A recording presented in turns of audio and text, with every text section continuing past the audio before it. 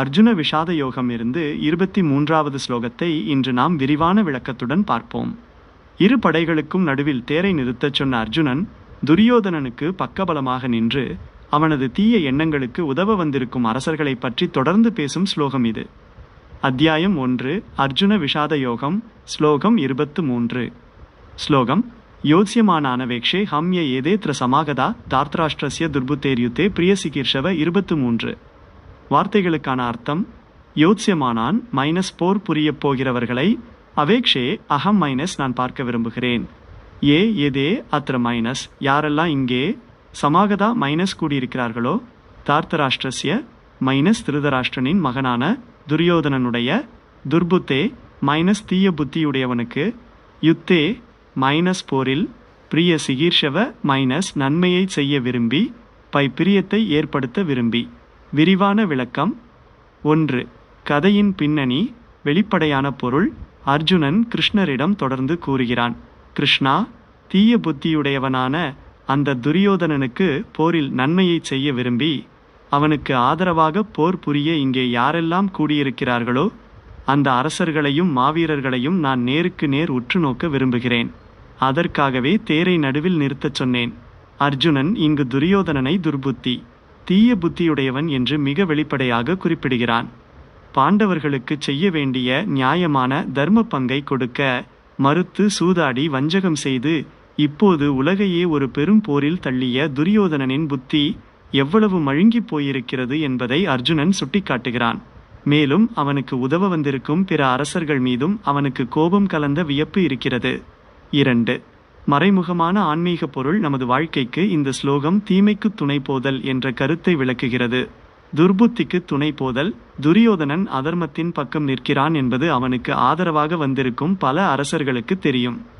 இருந்தாலும் தங்களின் சொந்த லாபத்திற்காகவும் பழைய நட்பிற்காகவும் கௌரவத்திற்காகவும் அவனது துர்புத்திக்கு உதவ பிரிய சிகீர்ஷவ நகைமுகம் வந்திருக்கிறார்கள். தீமை செய்பவர்களை விட அந்த தீமைக்கு தெரிந்தே துணை போகிறவர்கள், சப்போர்ட்டர்ஸ் ஆஃப் ராங் டூயிங், பெரும் அழிவை சந்திப்பார்கள் என்பதை இந்த ஸ்லோகம் எச்சரிக்கிறது. எதிரிகளை அடையாளம் காணுதல். நம்முடைய ஆன்மீக பயணத்தில் நமது மனதிற்குள் இருக்கும் துர்புத்தி, தீய எண்ணங்கள், நமக்கு நல்லவை போல தோன்றும் சில தற்காலிக ஆசைகளை துணை அரசர்கள் போல துணைக்கு அழைக்கும். அவற்றை நாம் அர்ஜுனனைப் போல தீர்க்கமாக உற்று நோக்கி அவை தர்மத்திற்கு புறம்பானவை என்பதை அடையாளம் காண வேண்டும். இன்றைய சிந்தனை யாரோ ஒருவர் தவறு செய்கிறார் என்பதற்காக, நம்முடைய சுயநலத்திற்காகவோ அல்லது தற்காலிக ஆதாயத்திற்காகவோ நாம் அதற்கு துணை போகக்கூடாது. தீய எண்ணங்களுக்கும் செயல்களுக்கும் நாம் காட்டும் ஆதரவு இறுதியில் நமக்கே அழிவை தரும். நம்முடைய புத்தியை எப்போதும் நல்வழியில் சத்புத்தி நிலைநிறுத்த வேண்டும். 24வது ஸ்லோகத்தை இன்று நாம் விரிவான விளக்கத்துடன் பார்ப்போம். அர்ஜுனன் விடுத்த வேண்டுகோளை ஏற்று அவனது தேரோட்டியான ஸ்ரீகிருஷ்ணர் தேரை கொண்டு சென்று நிறுத்தும் மிக முக்கியமான மற்றும் சுவாரஸ்யமான திருப்பம் நிறைந்த தருணம் இது. அத்தியாயம் 1 அர்ஜுன விஷாத யோகம். ஸ்லோகம் 24. ஸ்லோகம் சஞ்சய உவாச ஏவமுக்தோ ஹ்ருஷிகேசோ குடாகேசேன பாரத சேனையொருபயோர் மத்தியே ஸ்தாபயித்வா ரதோத்தமம். 24. வார்த்தைகளுக்கான அர்த்தம்: சஞ்சய உவாச சஞ்சயன் கூறினான், பாரத பரத வம்சத்து மன்னரே திருதராஷ்டிரரே, குடாகேசேன உறக்கத்தை வென்றவனான அர்ஜுனனால், ஏவம் உக்த இவ்வாறு சொல்லப்பட்டவுடன், ஹ்ருஷிகேச புலன்களுக்கு அதிபதியான ஸ்ரீகிருஷ்ணர், சேனையோ உபயோ மத்தியே இரு படைகளுக்கும் நடுவே, ரதோத்தமம் அந்த உன்னதமான தேரை, ஸ்தாபயித்வா கொண்டு போய் நிறுத்தினார். விரிவான விளக்கம். 1. கதையின் பின்னணி. வெளிப்படையான பொருள்.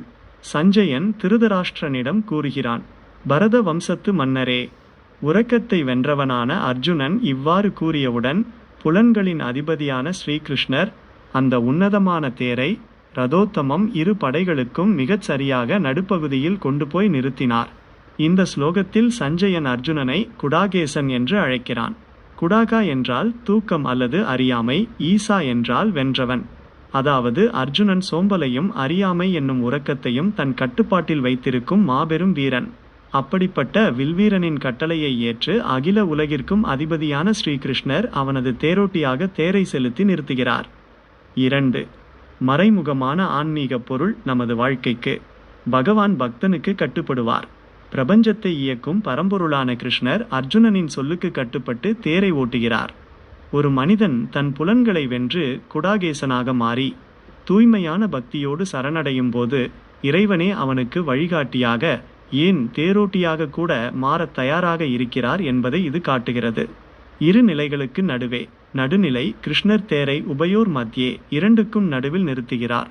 நம் வாழ்வில் நாம் ஒரு பெரிய சவாலையோ அல்லது ஆன்மீக போராட்டத்தையோ எதிர்கொள்ளும் போது நம் மனதை இன்ப துன்பம் விருப்பு வெறுப்பு என்ற இரு துருவங்களுக்கு நடுவே சமநிலையான ஒரு புள்ளியில் நிறுத்த வேண்டும். அப்போதுதான் நம்மால் சூழ்நிலையை சரியாக புரிந்து கொள்ள முடியும். இன்றைய சிந்தனை: நாம் நம்முடைய சோம்பலையும் எதிர்மறை எண்ணங்களையும் வென்று குடாகேசன் போல நமது வாழ்வின் கடிவாளத்தை இறை நம்பிக்கையிடமும் விவேகத்திடமும் ரிஷிகேசர் ஒப்படைத்துவிட்டால் அவர் நம்மை சரியான பாதையில் வழிநடத்துவார். எந்த ஒரு பெரிய குழப்பத்தின் நடுவிலும் நமக்கு தேவையான மன அமைதியையும் தெளிவையும் அவர் தருவார். பகவத்கீதையின் 1வது அத்தியாயத்தில் அர்ஜுன விஷாத யோகம் இருந்து 25வது ஸ்லோகத்தை இன்று நாம் விரிவான விளக்கத்துடன் பார்ப்போம். அர்ஜுனன் கேட்டுக்கொண்டதற்கு இணங்க ஸ்ரீகிருஷ்ணர் தேரை இரு படைகளுக்கும் நடுவே கொண்டு வந்து நிறுத்தினார். அப்படி நிறுத்தும்போது அர்ஜுனனின் மனதில் ஒரு பெரிய மாற்றத்தை, பகவத்கீதை பிறப்பதற்கான அந்த புள்ளியை உருவாக்குவதற்காக கிருஷ்ணர் வேண்டுமென்றே ஒரு குறிப்பிட்ட இடத்தில் தேரை நிறுத்தி அர்ஜுனனிடம் பேசும் மிக முக்கியமான திருப்புமுனை ஸ்லோகம் இது. அத்தியாயம் 1, அர்ஜுன விஷாத யோகம், ஸ்லோகம் 25. ஸ்லோகம்: பீஷ்மத்ரோண பிரமுகத சர்வேஷாம் ச மஹீக்ஷிதாம் உவாச பார்த பச்சேதான் சமவேதான் குருநிதி 25. வார்த்தைகளுக்கான அர்த்தம்: பீஷ்மத்ரோண பிரமுகத இஸ்ட் மைனஸ் பீஷ்மர் துரோணர் ஆகியோருக்கு நேர் எதிரே, சர்வேஷாம் சா மைனஸ் மற்றும் எல்லாவற்றிற்கும் மேலாக, மஹீக்ஷிதாம் மைனஸ் உலகத்து அரசர்களின் முன்னிலையில், உவாச மைனஸ் ஸ்ரீகிருஷ்ணர் கூறினார், பார்த மைனஸ் குந்தியின் மகனே அர்ஜுனா, பச்சே ஏதா மைனஸ் இதோ பார் இவர்களை, சமவேதான் மைனஸ் இங்கே கூடியிருக்கும் குருநிதி மைனஸ் குரு வம்சத்தினரை என்று.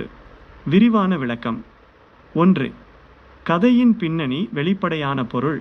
சஞ்சயன் தொடர்ந்து கூறுகிறான், மன்னரே, ஸ்ரீகிருஷ்ணர் அந்த உன்னதமான தேரை அர்ஜுனன் எமதித்து மதிக்கும் பீஷ்ம பிதாமகர், அவனது குருவான துரோணாச்சாரியார் மற்றும் போர்க்களத்தில் கூடியிருந்த அனைத்து உலக அரசர்களுக்கும் நேர் எதிரே கொண்டு போய் நிறுத்தினார். நிறுத்திவிட்டு, பார்த்தா, இதோ போரிடுவதற்காக இங்கே கூடியிருக்கும் இந்த குரு வம்சத்து வீரர்களை நன்றாக உற்றுப்பார் என்று கூறினார். இங்குதான் கிருஷ்ணரின் உன்னதமான லீலை தொடங்குகிறது. அர்ஜுனன் எதிரிகளை பார்க்க வேண்டும் என்றுதான் கேட்டான். ஆனால் கிருஷ்ணர் தேரை எத்தனையோ அரசர்கள் இருந்தும் சரியாக பீஷ்மருக்கும் துரோணருக்கும் முன்னால் நிறுத்துகிறார். நிறுத்திவிட்டு எதிரிகளை பார் என்று கூறாமல் உன் குரு வம்சத்தினரை பார், பச்சைதான் சமவேதான் குருநிதி என்கிறார். இவர்கள் உன்னுடைய தாத்தா, உன்னுடைய குரு, உன்னுடைய சகோதரர்கள் என்ற எண்ணத்தை அர்ஜுனனின் மனதில் கிருஷ்ணர் தூண்டிவிடுகிறார். 2. மறைமுகமான ஆன்மீக பொருள். நமது வாழ்க்கைக்கு இந்த ஸ்லோகம் பற்றுதலும் மோகமும், அட்டாச்மெண்ட் அண்ட் இல்யூஷன், மனிதனை எப்படி பலவீனமாக்குகிறது என்பதன் ஆரம்ப புள்ளியை காட்டுகிறது. கிருஷ்ணரின் உளவியல், சைக்காலஜி ஆஃப் கிருஷ்ணா. அர்ஜுனனுக்குள் இருக்கும் பற்றுதல், தாத்தா குரு என்ற பாசம் இன்னும் அழியாமல் மறைந்திருக்கிறது என்பதை பரமாத்மாவான கிருஷ்ணர் அறிவார். அந்த பற்றுதல் வெளியே வந்து அர்ஜுனன் முழுமையாக குழம்பி சரணடைந்தால் ஒழிய அவனுக்கு ஆன்மீக ஞானத்தை, கீதையை உபதேசிக்க முடியாது. அதற்காகவே கிருஷ்ணர் இந்த சூழ்நிலையை உருவாக்குகிறார். பார்த்தன், பார்த, பிருதா, குந்தி என்ற தாயின் பெயரால் அர்ஜுனனை இங்கு அழைக்கிறார். நீ ஒரு தாயின் வயிற்றில் பிறந்த சாதாரண மனிதன், உனக்குள் இன்னும் உறவுமுறை பாசமும் பற்றுதலும் இருக்கிறது என்பதை அவனுக்கு நினைவூட்டுவது போல இது அமைகிறது. இன்றைய சிந்தனை: வாழ்க்கையில் சில நேரங்களில் இறைவன் நம்மை நமக்கு மிகவும் பிடித்தமான மனிதர்கள் அல்லது சோதனைகளுக்கு நேர் எதிரே கொண்டு வந்து நிறுத்துவார். அது நம்மை துன்புறுத்துவதற்காக அல்ல, நமக்குள் இருக்கும் பலவீனம், பற்றுதல், பயம் ஆகியவை எவை என்பதை நாம் உணர்ந்து அவற்றை கடந்து ஆன்மீக ரீதியாக நாம் முதிர்ச்சி அடைவதற்காகவே. மெச்சூரிட்டி. நாளை கிருஷ்ணர் காட்டிய அந்த உறவினர்களை பார்த்த அர்ஜுனனின் மனதில் எத்தகைய தவிப்பும் பாச போராட்டமும் எழுந்தது என்பதை விளக்கும் 26வது ஸ்லோகத்தை பார்ப்போம்.